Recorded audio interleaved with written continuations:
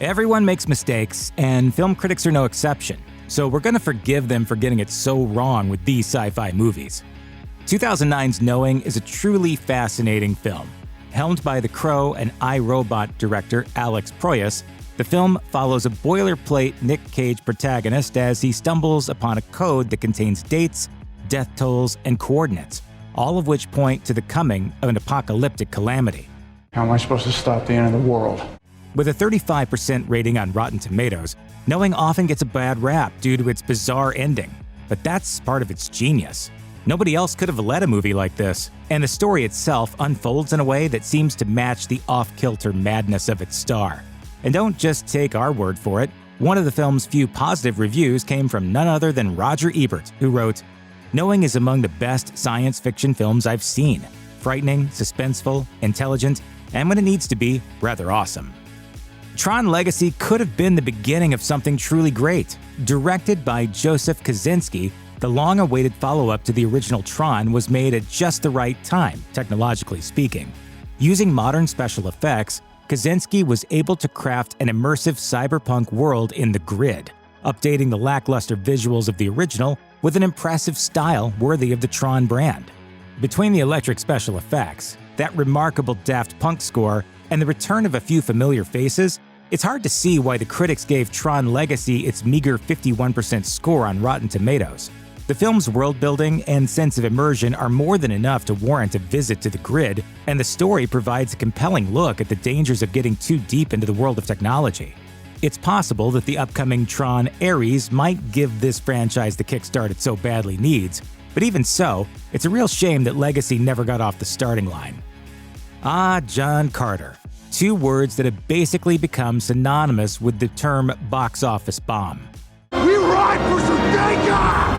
With a 52% score on Rotten Tomatoes, this Disney adaptation of the Edgar Rice Burroughs Barsoom books is the perfect example of a Hollywood disaster. It's hard to say why this movie really flopped, though many blame the studio's poor marketing choices, which included changing the title from John Carter of Mars to simply John Carter. If you're willing to look past the film's terrible rep, though, you might just have some fun with it. With dazzling special effects, a stellar cast, and a fun, swashbuckling tone, John Carter is a blast to watch even after all these years. Director Andrew Stanton not only captures the essence of Burroughs' original story, but does so while successfully updating the material for a 21st century audience. That's never an easy balance to strike, yet Stanton pulls it off without a sweat. Star Wars Episode I: The Phantom Menace isn't the lowest-rated Star Wars movie on Rotten Tomatoes. That dishonor goes to this travesty of a motion picture. Somehow Palpatine returned. Ugh. Anyway, The Phantom Menace holds a 54% critic rating, however, and for a long time it was widely considered to be one of the most disappointing prequels ever made. Yet Episode I has a lot more going for it than most people remember. In particular, if you can get past some of the iffier stuff with young Anakin, the movie offers a fascinating look into the politics of the Star Wars galaxy. George Lucas's tale of creeping authoritarianism and the decay of democracy might seem impressively prescient, considering it was made nearly 30 years ago. There's a lot to love on the technical side of The Phantom Menace as well. The battle sequences are exquisite, the special effects were groundbreaking at the time, and the pod racing sequence is definitely as fun as you remember. Composer John Williams is at the very top of his game here too. Although, to be fair, when is he not? Obviously, 2011's The Thing doesn't stand up next to the 1982 John Carpenter classic. If you take Matthias Vahinegen Jr.'s prequel on its own merits, though, you'll find that it's far from a bad movie. Holding a 34% score with critics on Rotten Tomatoes, The Thing follows a group of scientists at an Antarctic research station who discover an alien parasite inside the ice. And yeah, sure, that's practically a perfect copy of the plot of the original movie, but why mess with perfection? Mary Elizabeth Winstead and Joel Edgerton aren't quite as charismatic leads as Kurt Russell or Keith David either, but they're both perfectly watchable. In particular, Winstead makes for a final girl who stands shoulder to shoulder with the horror genre's best. Sadly, despite all this, The Thing flopped at the box office back on release, causing many fans to dismiss it in the years since. It really is worth the watch though, even if you just want to know what was up with that helicopter in the '82 original. Pretty much every single Terminator movie not directed by a guy called Jim has been a total disaster. I'll be back.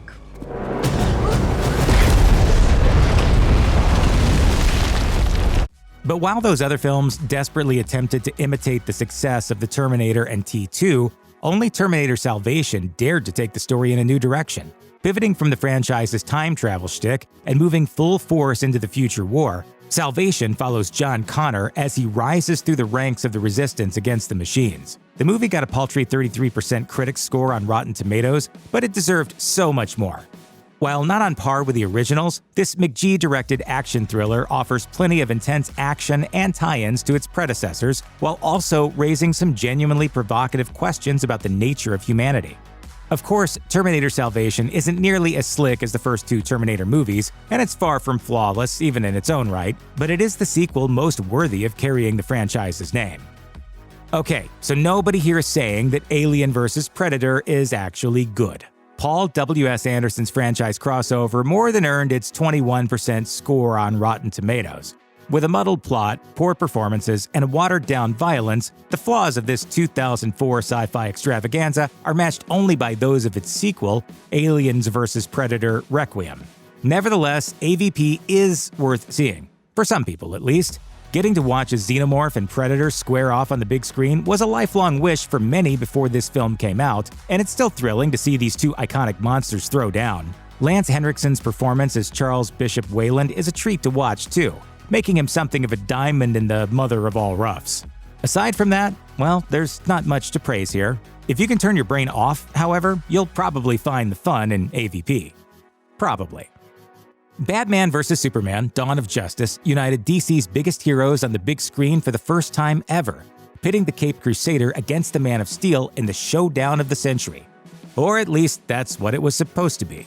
Dawn of Justice holds a hugely disappointing 28% score on Rotten Tomatoes, with many critics lambasting the movie for its dark tone, uneven pacing, and contrived plot points. Save Martha! One of the biggest problems with Zack Snyder's superhero sequel is that the theatrical cut removed a number of vital plot details. The so-called Ultimate Edition, however, goes some way towards filling some of these holes. Reviewing this version for The Wrap, critic Phil Owens wrote, "Lo and behold, somehow Batman vs. Superman: Dawn of Justice has become something that approaches a functional movie. In the process, it only makes the original cut even more inexplicable and terrible." If you truly despised Dawn of Justice, the Ultimate Edition probably isn't going to change your mind. If you were on the fence, though, you never know. It'll come as no surprise to learn that many of the Transformers sequels have poor Rotten Tomatoes scores, but at least one installment is better than its reputation suggests. With an underwhelming 35% critic score, Transformers: Dark of the Moon doesn't seem like much on the surface. There's a lot to enjoy here, though. In particular, Dark of the Moon offers a mesmerizing symphony of special effects madness, all of which comes to a head during an exhilarating battle sequence in Chicago. Who would you be without me, Prime? Time to find out. Filled with heaps of action, plenty of human anguish, and all the giant killer robots you could ever want, Dark of the Moon is a great popcorn flick to kill a few hours with. Written, produced, and directed by Gattaca filmmaker Andrew Niccol, 2011's In Time takes place in a world where time has become a literal currency, one that everyone will literally kill for. Since people stop aging at 25, they're forced to continue to earn more time in order to live, or else they'll time out. Holding a 36% critic score on Rotten Tomatoes, In Time has been rightly criticized for being far too on the nose with its whole time is money theme. And the film doesn't really dig much deeper than that. Still, Justin Timberlake and Amanda Seyfried make for a surprisingly effective pair of leads, and the supporting cast is just as strong. If you're intrigued by the premise and don't go into it expecting too much, you might find that In Time is well worth 2 hours of, well, you know. Hot off the Star Wars prequels, Hayden Christensen jumped into what could have easily been another solid sci-fi franchise. Based on the Stephen Gould novel of the same name, 2008's Jumper follows a young man who develops the ability to teleport at will. With a 15% rating on Rotten Tomatoes, it's easy to believe that Jumper was a total misfire. But the truth is that this flick has its moments. Jumper was directed by Doug Liman, who had previously helmed The Bourne Identity and took on Edge of Tomorrow a few years later. So, if nothing else, you can expect to find plenty of thrilling action and some genuinely superb editing. Generally speaking, the movie is nimble, fun, and entertaining as hell. Sure, the story and characters aren't quite as fleshed out as they should be, but anyone who's after a fast-paced, high-concept sci-fi will have an absolute blast with this one. Nobody makes a disaster movie quite like Roland Emmerich. After Independence Day, the director's next big apocalyptic blockbuster was 2004's The Day After Tomorrow, which was a smash hit at the box office on release. Despite that, the film holds a 45% on Rotten Tomatoes, and it has never quite received the critical acclaim it deserved.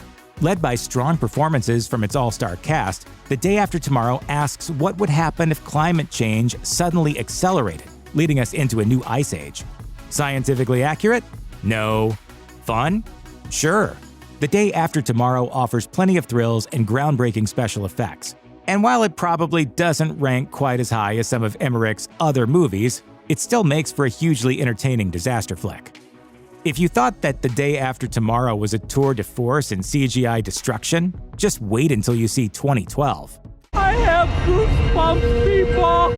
For this 2009 sci-fi epic, Roland Emmerich took the supposed Mayan prophecy of the end of the world and merged it together with various conspiracy theories, religious prophecies, and scientific warnings. The end result? A lot of stuff going kerblam. 2012 holds a 40% score on Rotten Tomatoes. And being totally frank, that's because it's not a great movie. The cast do their best with what they're given, but the characters are mostly flat or cliched, offering virtually no reason for the audience to become emotionally invested in their journeys. So why watch it? Because of the spectacle, of course. Nobody's expecting The Godfather here, and 2012 does exactly what its premise promises. It serves up a heap of thrilling apocalyptic action using some of the best visual effects of the 2000s. Disaster movies really don't get much better, or sillier, than this. With a shocking 5% critic rating on Rotten Tomatoes, 2006's Zoom is Tim Allen's biggest critical failure. Here, the comedian stars in a family-centric superhero romp. It's kind of like a live-action Incredibles, only nowhere near as good as that sounds. Allen plays Jack Shephard, a former superhero who lost his powers years ago and is now forced to train up the next generation. Suitably then, Zoom is a lot more fun for younger audiences than it will be for adults. It's pretty camp and leans heavily into the family of superheroes concept, albeit in a very Tim Allen kind of way, but that's not necessarily such a bad thing. Audiences who grew up with Zoom might even relive some fond memories of watching it on home video. And we say home video because, based on those box office numbers, they almost certainly didn't see it in theaters. It's not often you see sci-fi and Western movies collide, but that's exactly what happened with Cowboys and Aliens. Directed by Iron Man legend Jon Favreau, this film is based on a 2006 graphic novel of the same name. Unfortunately, the comic book is much better than the movie, which holds a 44% score on Rotten Tomatoes. But it's not all bad. There's a lot of fun to be had with the idea of Old West characters interacting with a hostile alien species. And the movie's world building and action are strong enough to keep you watching. We have one advantage. They underestimate you. You're like insects to them. The cast is great too. Daniel Craig plays your typical Western outlaw, Harrison Ford is a lawman, and Olivia Wilde is a benevolent alien. Of course, you shouldn't expect the same sort of emotional depth you'll find in actual Westerns. This movie is about style, not substance. If you can go into it with that in mind though, you'll likely have a grand old time. For years, Hollywood and audiences alike have undervalued the work of late director Tony Scott. While his brother, Ridley, is well known in the world of sci-fi, Tony's 2006 thriller, Déjà Vu, proves that he too could have made the genre his own. And yes, the movie holds a disappointing 55% score on Rotten Tomatoes, but it's far better than it's given credit for. Denzel Washington stars as ATF agent Douglas Carlin, who, after a terrorist attack devastates New Orleans, is sent back in time to prevent it from ever happening. Déjà Vu is a pulse-pounding, edge-of-your-seat action thriller that showcases Tony Scott at his absolute best. Washington is excellent, and the editing is phenomenal too, but the vision of this film is what really makes it shine. Honestly, it's hard to believe that a movie so bold and enjoyable could have possibly been rated so poorly by critics. Don't believe us? Check it out for yourself. A loose adaptation of the biblical book of Job, The Shift is a multiversal thriller by writer-director Brock Heasley. With a 30% score on Rotten Tomatoes, you might be tempted to wave away this movie as little more than quasi-religious sci-fi guff. But don't switch off just yet. The always terrific Neil McDonough plays the benefactor, a being who claims to control not just our world, but every other reality as well. After the benefactor shifts a man named Kevin Garner into a parallel dystopian universe, Kevin is forced to find a way to get back home. Self above anybody else. It's the purest motivation there is. Though a bit lackluster in the action department, The Shift makes up for it with a number of powerful performances. In particular, both McDonough and Sean Astin stand out among the cast. The concept itself is also compelling, adding a layer of theological depth to all that reality-hopping madness, and the plot's got a couple of fun twists too. It's not perfect, no, but this one will do the trick for anyone who prefers their multiverses without all the superheroes. Starring Chris Pratt and Jennifer Lawrence as Jim Preston and Aurora Lane, Passengers is a sci-fi flavored love story with plenty of grit and heartbreak thrown in. The unlikely pair work masterfully together in this star-based romance, and indeed they must, as the entire plot hinges on their performances. Thankfully, both Pratt and Lawrence give it their all, making for a movie that is as gripping as it is unusual. While Passengers holds a 30% rating on Rotten Tomatoes, we're not sure it deserves to be ranked quite so low. After all, the film is well-made, well-written, and of course, well-performed. It's also willing to ask moral questions that require some complex and nuanced answers. On that note, Passengers was actually pretty controversial when it was released in 2016. To say why would spoil most of the movie, but it's certainly not enough to write the whole thing off entirely. Michael Bay's spacefaring disaster movie Armageddon made a ton of money at the box office, but critics weren't so enamored. It currently holds a 43% score on Rotten Tomatoes. You might have heard the premise before. Armageddon follows a group of American oil workers who are sent into outer space to destroy an asteroid that's on a collision course with Earth. And yes, okay, that's pretty preposterous. But heaps of fans still love this movie, and it's easy to see why. In addition to Bruce Willis and Ben Affleck's fine performances, the film deserves credit for shining a spotlight on blue-collar workers in a genre typically dominated by scientists, explorers, and soldiers. The stories of the everyday heroes who inhabit this movie are never less than riveting, too. Say what you will about Bay as a filmmaker, but he certainly knows how to hit emotional beats like clockwork. And a little Aerosmith doesn't hurt either. 1994's Stargate holds a 54% critic score on Rotten Tomatoes, which might come as something of a surprise if you know the impact this motion picture had on the sci-fi genre. Roland Emmerich's epic adventure masterfully combined ancient Egyptian mythology with alien technology in a truly inspired work of art, one that went on to launch an entire franchise. How you doing? The costuming and production value here are exceptional, while Kurt Russell's Jack O'Neill and James Spader's Daniel Jackson are two characters who deserve their place in the Sci-Fi Hall of Fame. And although this movie was supposed to lead to a cinematic trilogy, it's probably best that it pivoted to TV, because those shows produced some truly spectacular television. You don't have to continue the story if you don't want to, though, as Stargate is a great standalone feature in its own right. The Book of Eli has often been described as a kind of neo-Western post-apocalyptic story, but it certainly mines enough from the sci-fi genre to be worth considering here. Holding a 46% score on Rotten Tomatoes, the movie follows a stranger named Eli as he wanders across America with a mysterious book in his possession. That may not sound particularly thrilling, but things get pretty Old Testament after that. Denzel Washington puts in a great performance in The Book of Eli, while Gary Oldman plays a masterful villain, and Atticus Ross's haunting soundtrack does absolute wonders for the film's atmosphere.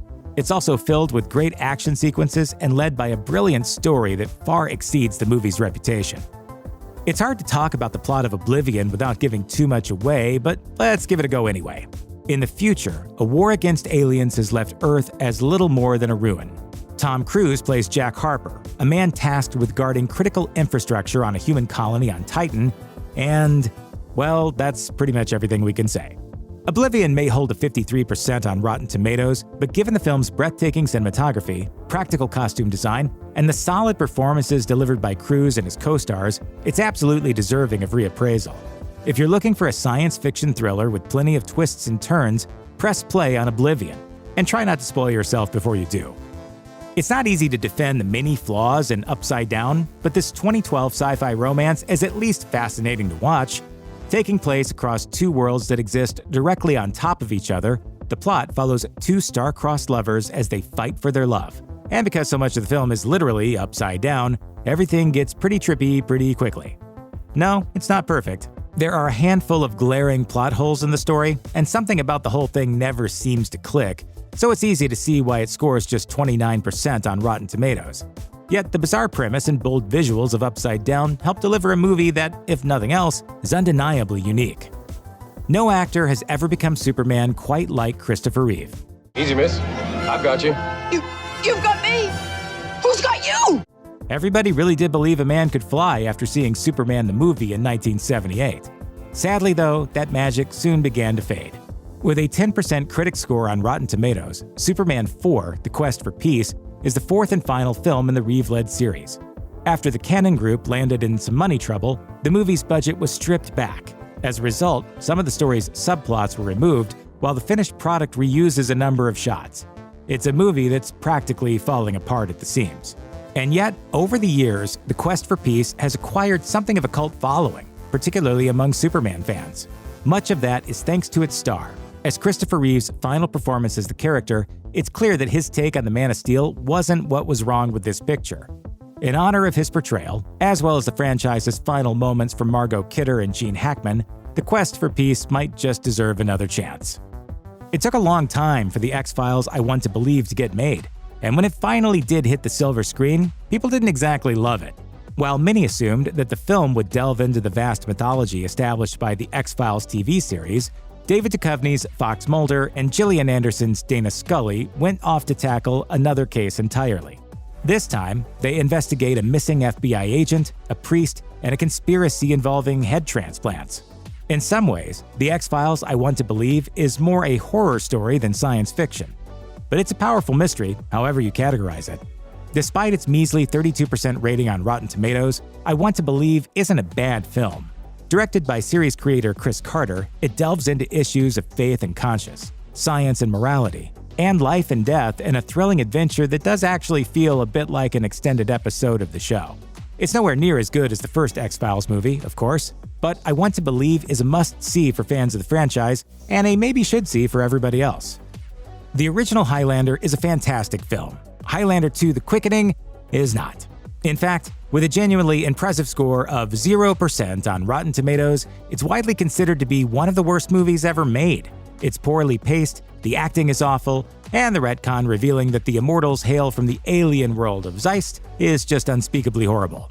This is a bad movie all around then, although somebody did once try to save it.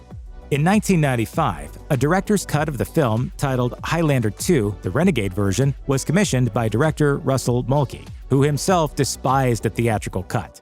Set in a futuristic 2024, the revised Highlander II takes out all the alien stuff and instantly becomes a better movie as a result. A handful of new sequences were also put into the movie, while much of the narrative was shifted around to better suit Mulcahy's vision. Whether the Renegade version is itself any good will be a matter of opinion, of course, but it's no doubt fascinating to watch, even if you just want to know whether it's actually possible to uncrash a train. You've probably heard plenty of defenses of the Wachowski siblings' Speed Racer by now. A bomb upon its 2008 release, it's since become a beloved cult classic. Based on the American localization of a Japanese anime, the movie rejected realism in favor of oversaturated futuristic visuals and characters with looks and names right out of the cartoon.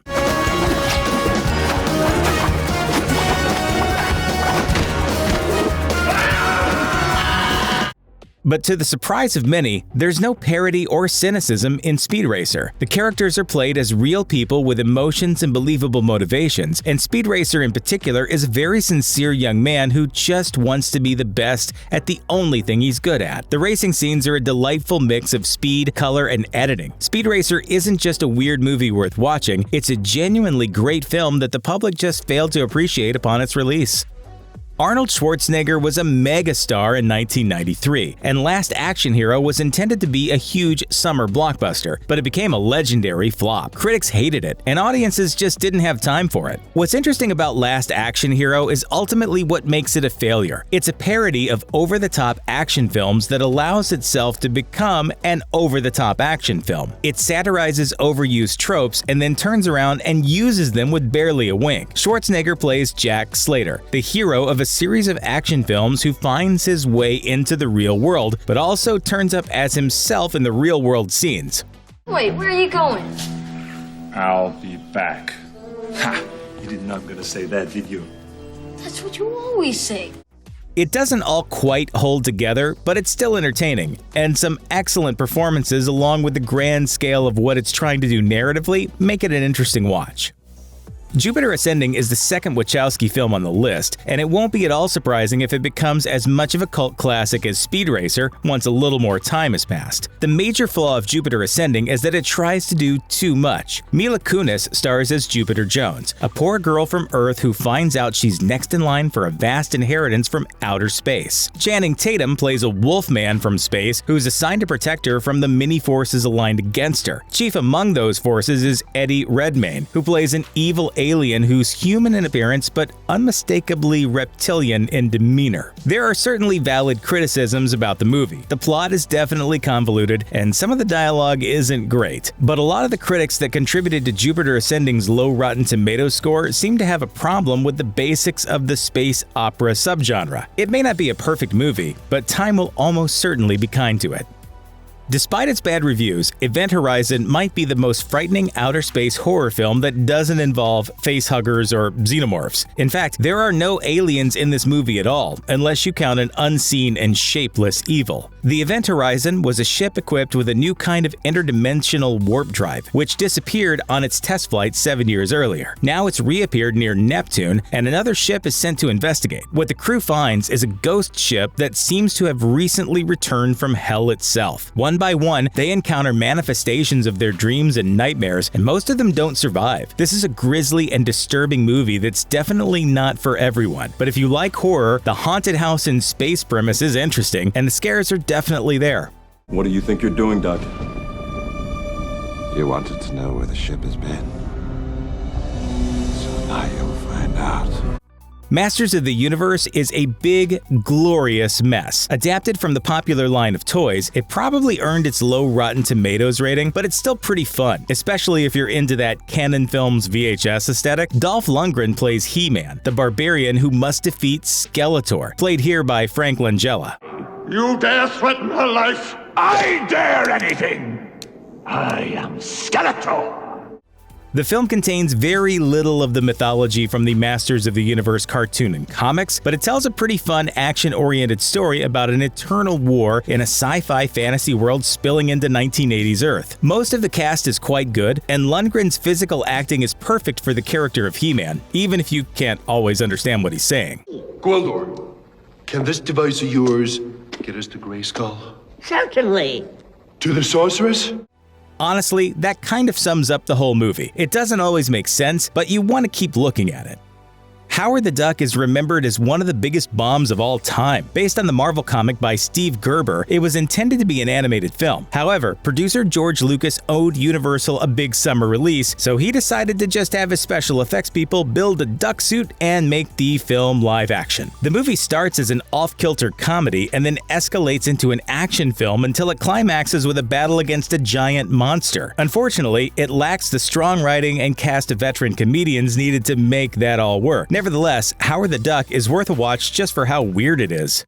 Don't shed any tears over me, Toots! You can wallow in your own self-pity! Right!